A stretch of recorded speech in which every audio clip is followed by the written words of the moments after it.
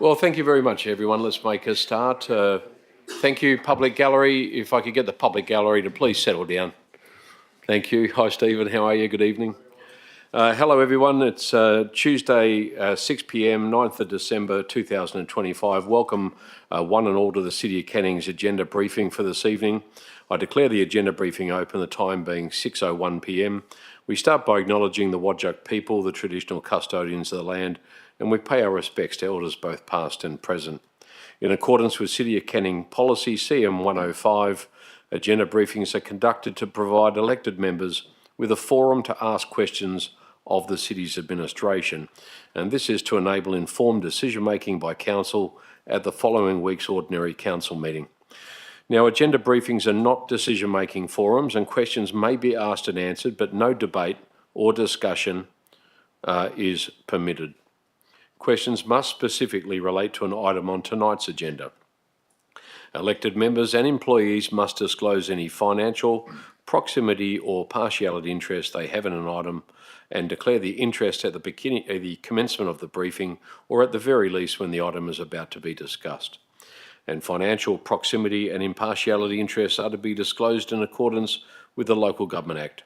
Elected members disclosing a financial or proximity interest must not participate in that part of a briefing relating to their interest and must leave the meeting for the duration of the item. Agenda briefings are open to the public. This briefing is being live streamed to the public via the City's YouTube channel. And lastly, please ensure all mobile phones are turned off or at least on silent for the duration of this meeting. Thank you. You may be wondering, for the masses in the audience, why everyone is dressed in Christmas garb. There's a very good reason for that, Councillor Tuchek, isn't it? I'd like to say that Councillor Paul Tuchek has been championing a wonderful initiative for a long time now, and at each agenda briefing, staff and also the council support a charity. So we're dressing up in the Christmas theme, and why are we doing that, Councillor Tuchek? You've got up to 20 minutes. Thank you, Mr Mayor. And thank you to everyone for getting involved over the past years. We've raised a lot of money for certain charities. I gave October the month off because it was election month, and then November for the new elected members to get sorted and settle in. But today is about the Make-A-Wish Foundation, and it's a non-profit organisation that brings hope, joy and life-changing experiences to children with critical illnesses. So thank you very much to everyone. Fantastic. Thank you to Council, to Councillor Tuchek and to our staff, and a small personal donation is being made on behalf of all of us. Thank you once again.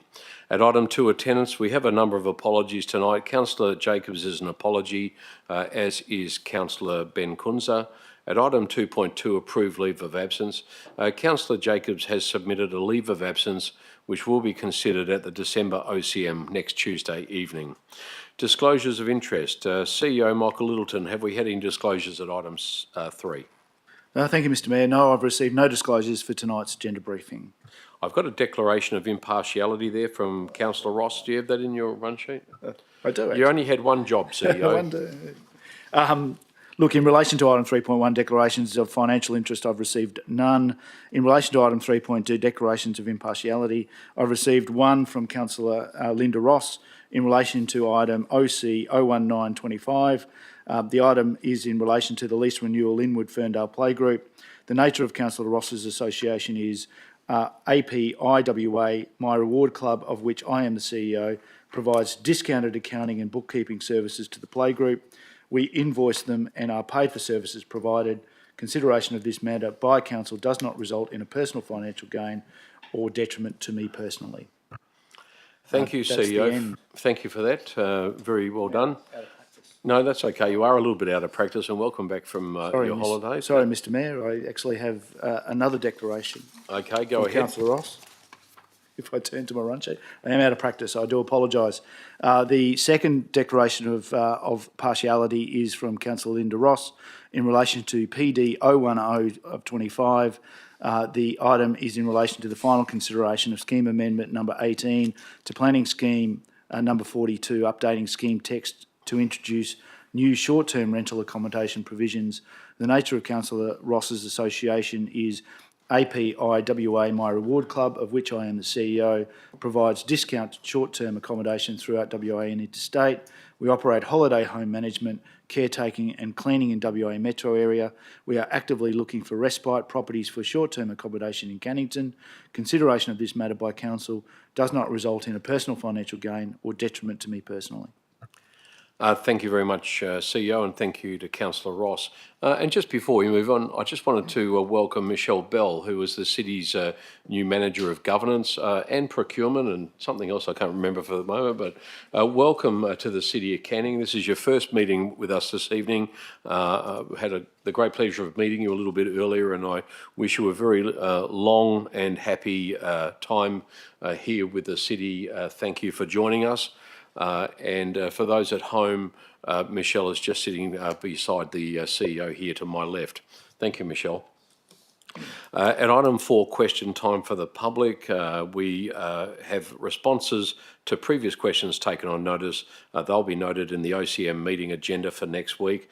Question time for the public. I understand we don't have any questions from the public gallery tonight. None have been received electronically, so I don't propose to open or formally close public question time. We shall move on to deputations. At item 4.3, there are none.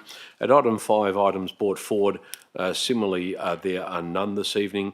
Reports of committee meetings. We do have at item 6.1 the report of the Audit and Risk Committee held back on the 27th of November in 2025.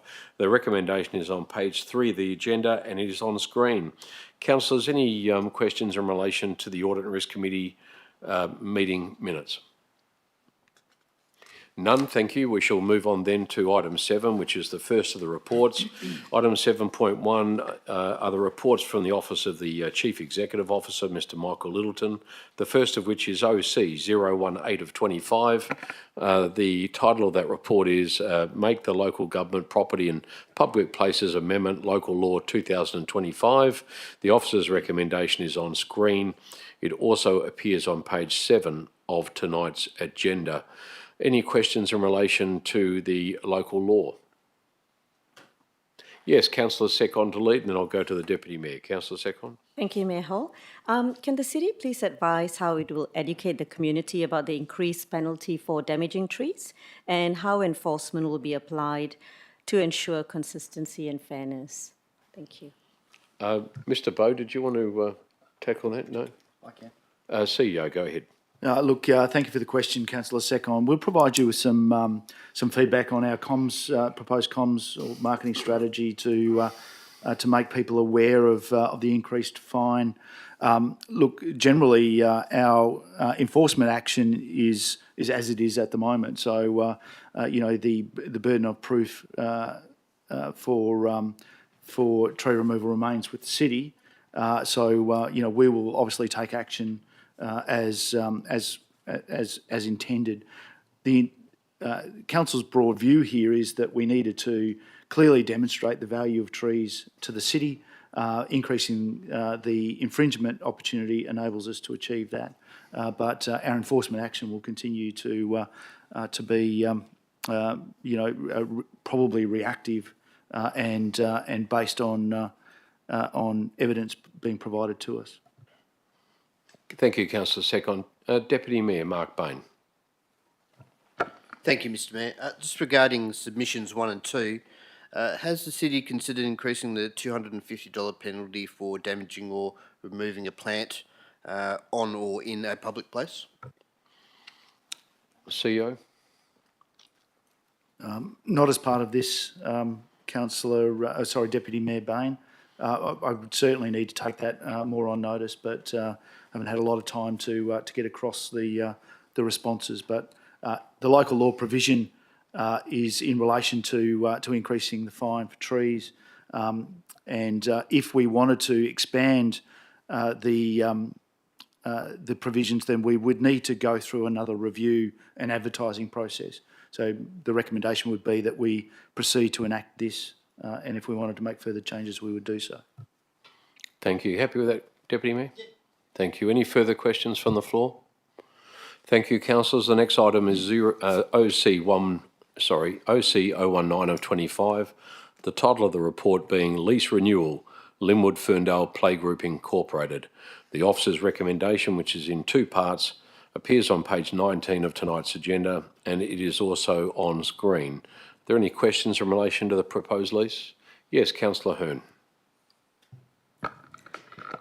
Through you, Mr Mayor, can the City officers confirm, please, what amount of grants does the Playgroup receive from the City of Canning, if any, and what amount of income is received annually by the Playgroup leasing out the building? CEO, I imagine might have to take that on notice. Yes, I'll do that if I can, Mr Mayor. I'll try and provide that in the commentary to this item. Thank you. Anything further? Yes. I see that in the first 10 to 20 years, this building was used for dual purposes as the Playgroup Centre and also as a community centre. Have we made a current assessment of whether there's any current need for a community centre in that Ferndale area? CEO. We have a community centre in Wandara Hall, but look, I'll take that on notice if I can, Councillor Hearn, and I'll come back to you. Thank you.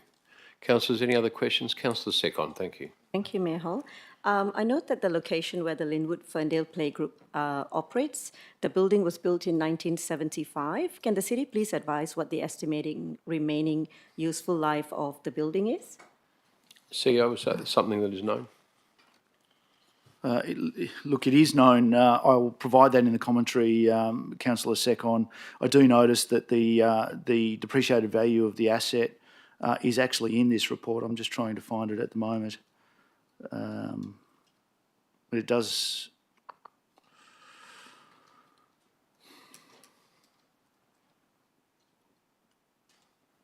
look, as opposed to me just trying to locate it, I will... the fair value assessment of this building is $396,740 in paragraph 2 of the background.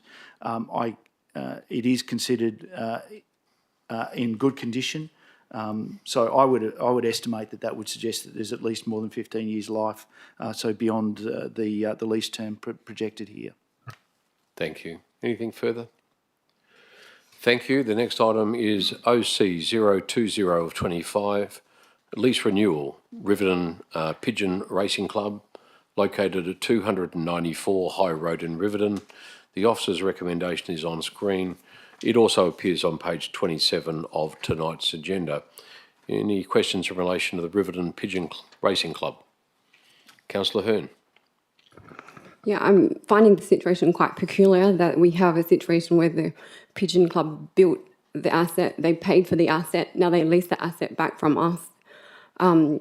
It seems like a little bit of an equitability question that we've just had two leases before us tonight. One group uses an asset that the city paid for and built and maintains, and they actually derive an income from that asset. The other group, built an asset, paid for the asset, and now leases back the asset they paid to build.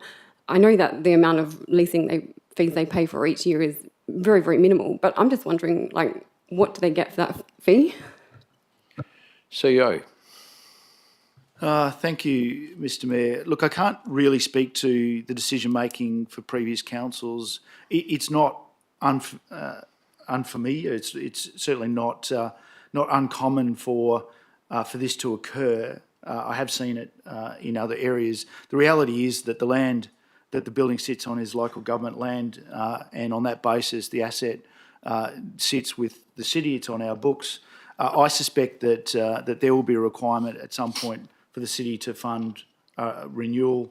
And that is the way that we generally manage community facilities.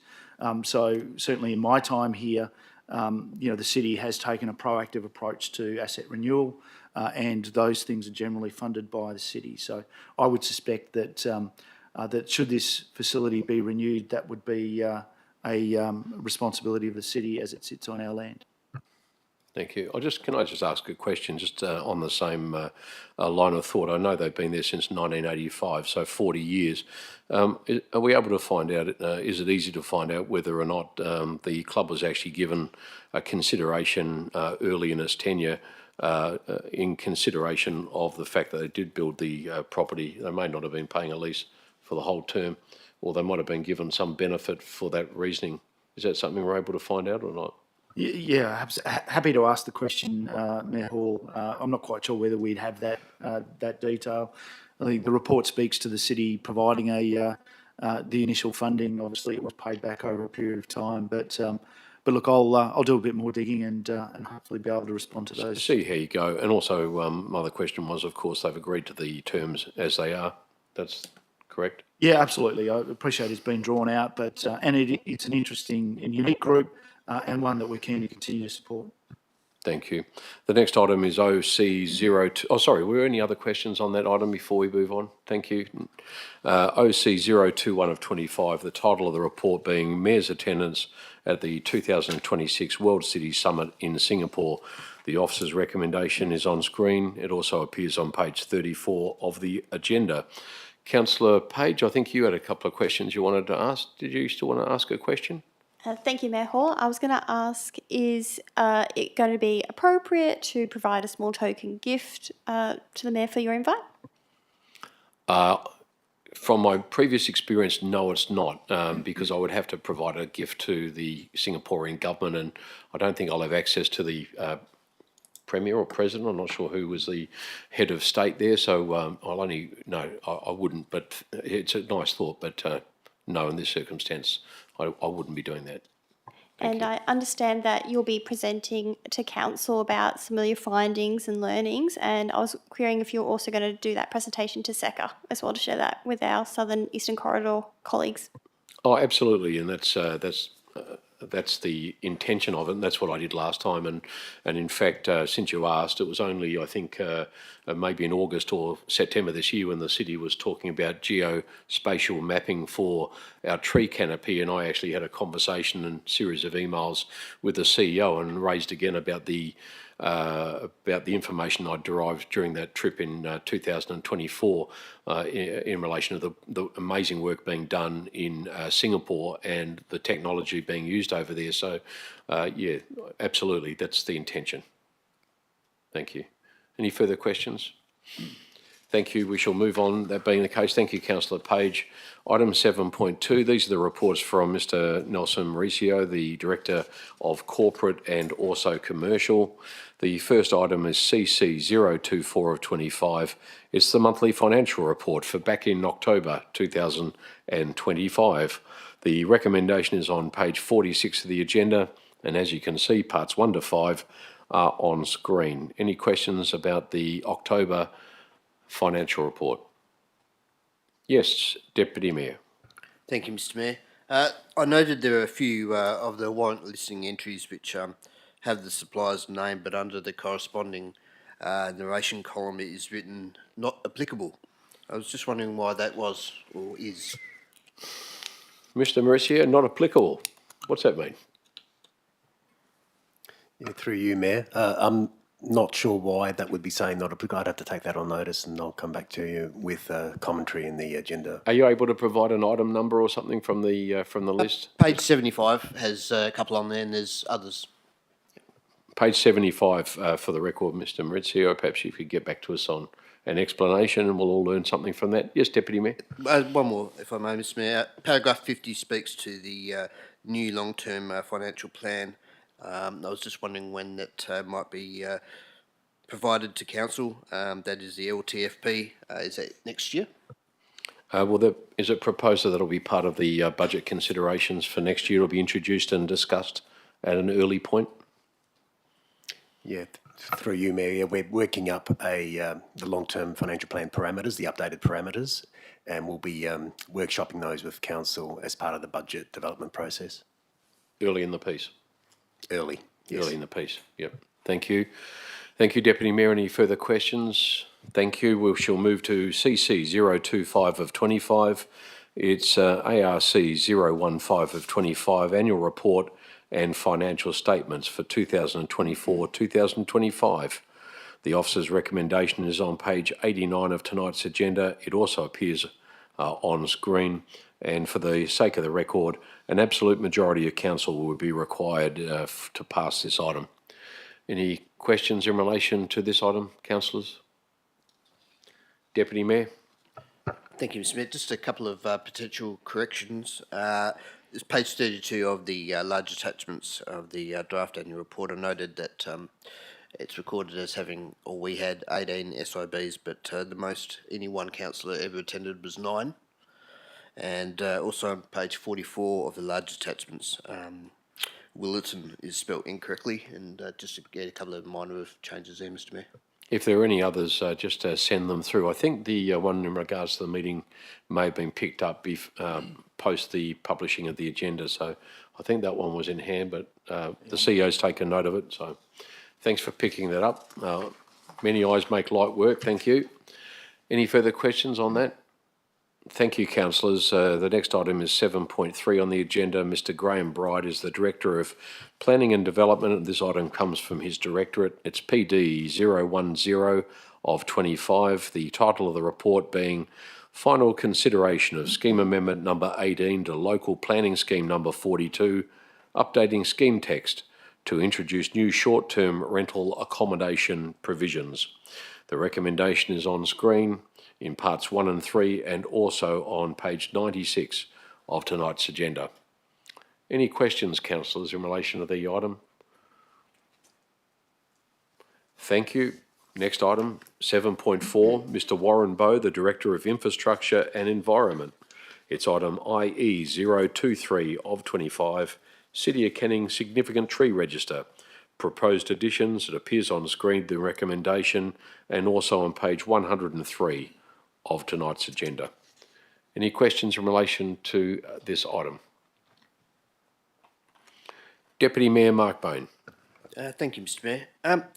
The trees within the other regional roads reserve, if the JRELR was to proceed at some time in the future, what would a future council and any of the road stakeholders, such as Main Roads WA, need to do in response to those trees being on the City of Canning's Significant Tree Register? Mr Bowe. Thank you, Deputy Mayor. Mr Bowe-Tyo, I must have said. Yeah. Thanks very much. Thank you. Thank you, Deputy Mayor. As per the council policy, once the Significant Tree Register is endorsed and includes relevant trees such as those that are proposed for inclusion in the item before you, any removal of any of those trees would require a council decision to support the removal. Through a development application. Via a development application, a planning approval. Deputy Mayor. So through you, Mr Mayor, so if Main Roads would have to put in a DA with the City of Canning, is that, am I? Mr Bowe. Yes, that's our understanding, Deputy Mayor, yes. Thank you. Any other questions in relation to the item? Thank you, councillors. Moving quickly on to IE 024 of 25, the title of this report being Request for Tender RFT 24/2025, construction of Kent Street Weir Playspace. Can't wait to see this started. Officer's recommendation is on screen in parts 1 to 3 and also appears on page 127 of the agenda. Councillors, any questions? Who would like to start us off? Councillor Page, your eyes are ducking left, right and centre. Did you have a question? I was querying, do we need to make any little amendments here? Because I know we were talking about the budget, about this play space. Do we need to make some amendments in the next meeting? Yep. You're talking about amendments to the play space? No, to the authorising with the reducing the contract value within the approved budget parameters. Are we going to need to make a little adjustment with that? That'll be an item probably best taken, so we can't make an amendment tonight. It'll have to be for next Tuesday, but perhaps offline talk to Director Bowe for some guidance on that matter. And if you feel that there is a need to amend that, we can certainly cobble that together and make sure that we have something in writing that can easily be digested on the night. But I'll leave that to that offline discussion. Councillor Secon, you had a question?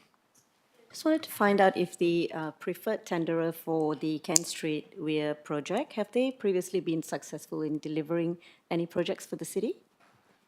Director Bowe. Thank you, Mayor Hall.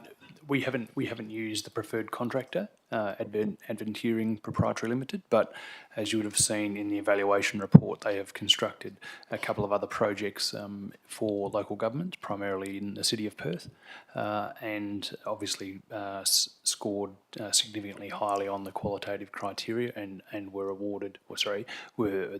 identified by the evaluation panel as the preferred tenderer. Thank you. Yes, Deputy Mayor. Thank you, Mr Mayor. What is the agreed time frame with Lottery West for the project to be delivered? The requital of funds, how is that being handled? Director Bowe. I'm not sure on the specifics for that one, Mr Mayor and Deputy Mayor, but I can find out for that. We were advised about 4 weeks ago of the success for that grant, Deputy Mayor, but I'm not privy to the exact timeframes for the acquittal, but we can find that and advise. Thank you. Yes, Deputy Mayor. Couple of questions, if I may, Mr Mayor. Has the city and can the city potentially engage further with Lottery West in relation to the funding shortfall for the project? Director Bowe. Thank you, Deputy Mayor, for the question. We haven't engaged directly with Lottery West at the moment, but we can certainly do that.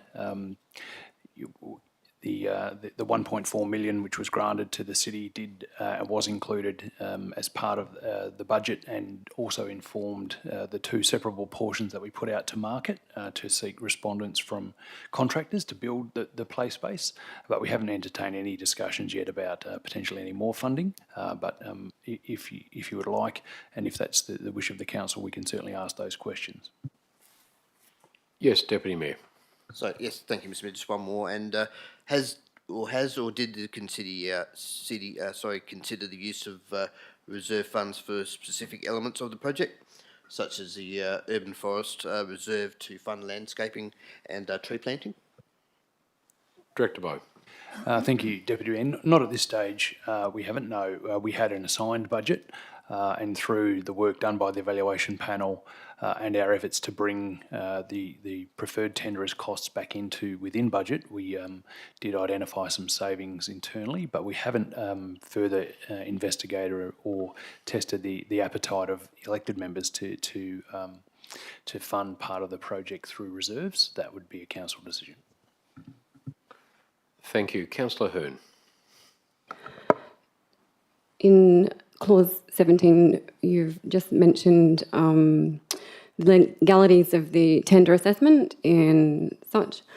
I'm interested in clause 26. Are there any regulatory constraints or guidelines about shuffling capex from one project to another? Is clause 26 in this motion a formal request for council to approve this shuffle? Director Bowe. Not at this stage, Councillor Hearn. Any readjustments of the budget would occur subject to the council decision and be undertaken at mid-year budget review. Thank you. Any further questions? Councillor Secon, yes.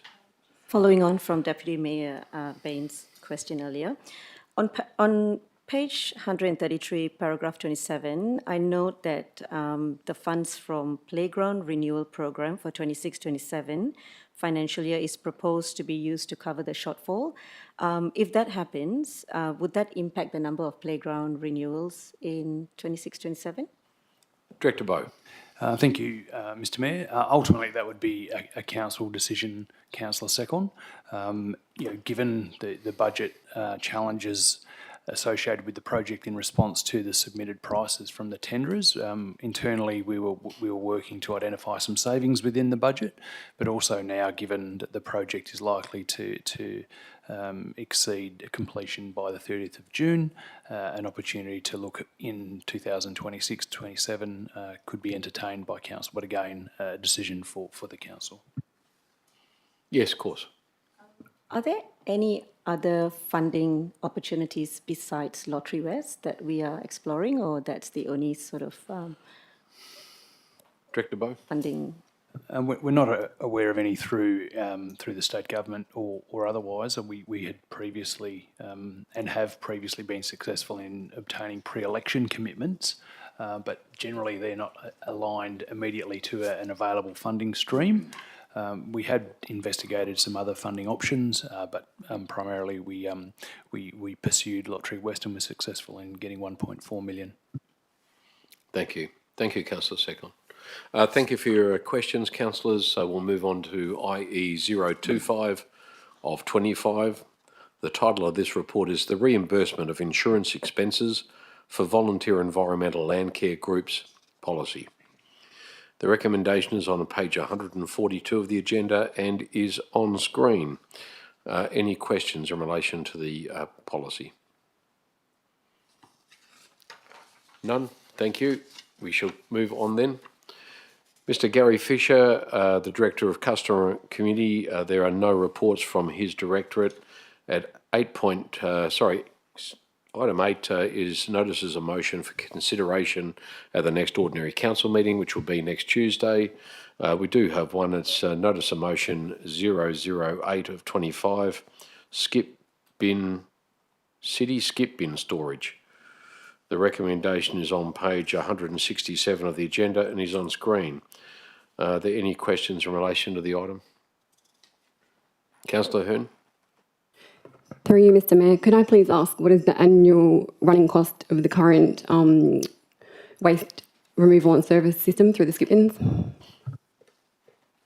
Director Bowe, is that something you would know? I don't know that off the top of my head, Mr. Mayor, but I might ask Mr. Stewart, our Manager of Sustainability and Waste, if he could provide. Otherwise, we can do some research tomorrow and put those figures into the agenda for the OCM, Mr. Mayor. Mr. Stewart, we've got a week. Did you want to take that on notice? If you're not able to provide the answer. I'll take that on notice, Mr. Mayor, and get back to you with an exact figure. Yeah, I think that'd be best to get an accurate figure. Councillor Hearn. In the 12-month review, we got told there was around 12,444 skip bins in the first 12 months, which I see in the notes from this motion has now gone up to some months around 1,500, and it costs $90 per bin. So I'm making an estimate of it's going to be at least 1.2 million per year to run this skip bin service. I'm guessing it's probably north of that now with the increase in skip bins. Does that seem reasonable to you? Director Bowe. I'm not sure if we can answer the question whether we think it's reasonable. It's pretty subjective. In the context, Mr. Mayor, of the cost and the benefits of delivering bulk waste collection service off the verge, I think that the costs are reasonable for the benefits that it provides, yes. Thank you. Councillor Hearn. To build this impermeable fencing that I am requesting and you're saying is too expensive, at 6 sites, it's $10,000 each. What would be the annualised cost of that, do you think, roughly?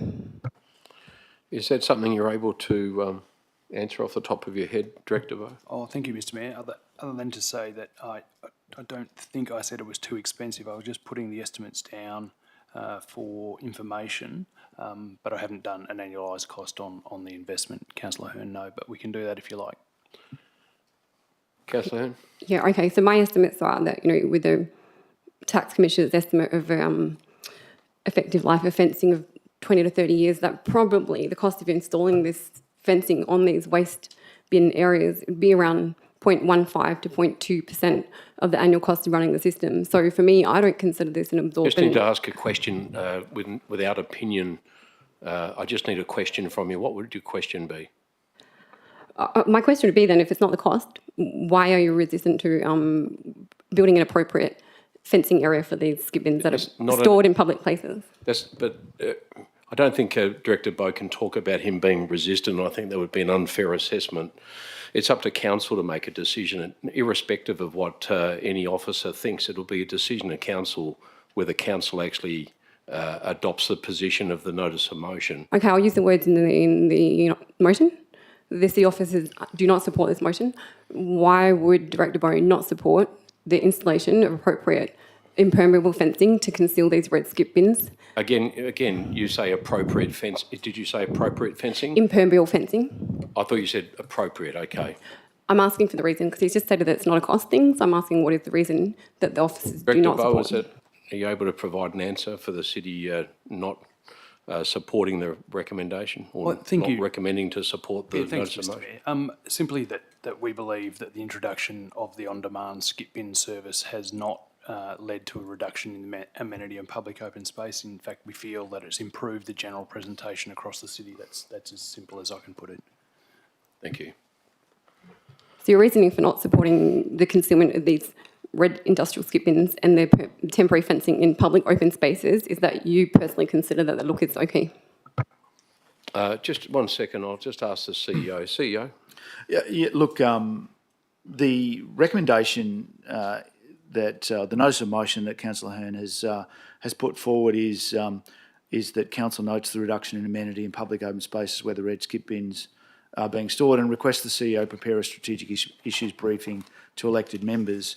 I don't know that any decision has been made by council at this point in time. I think the officers have provided some commentary around why they have not supported the notice of motion from Councillor Hearn.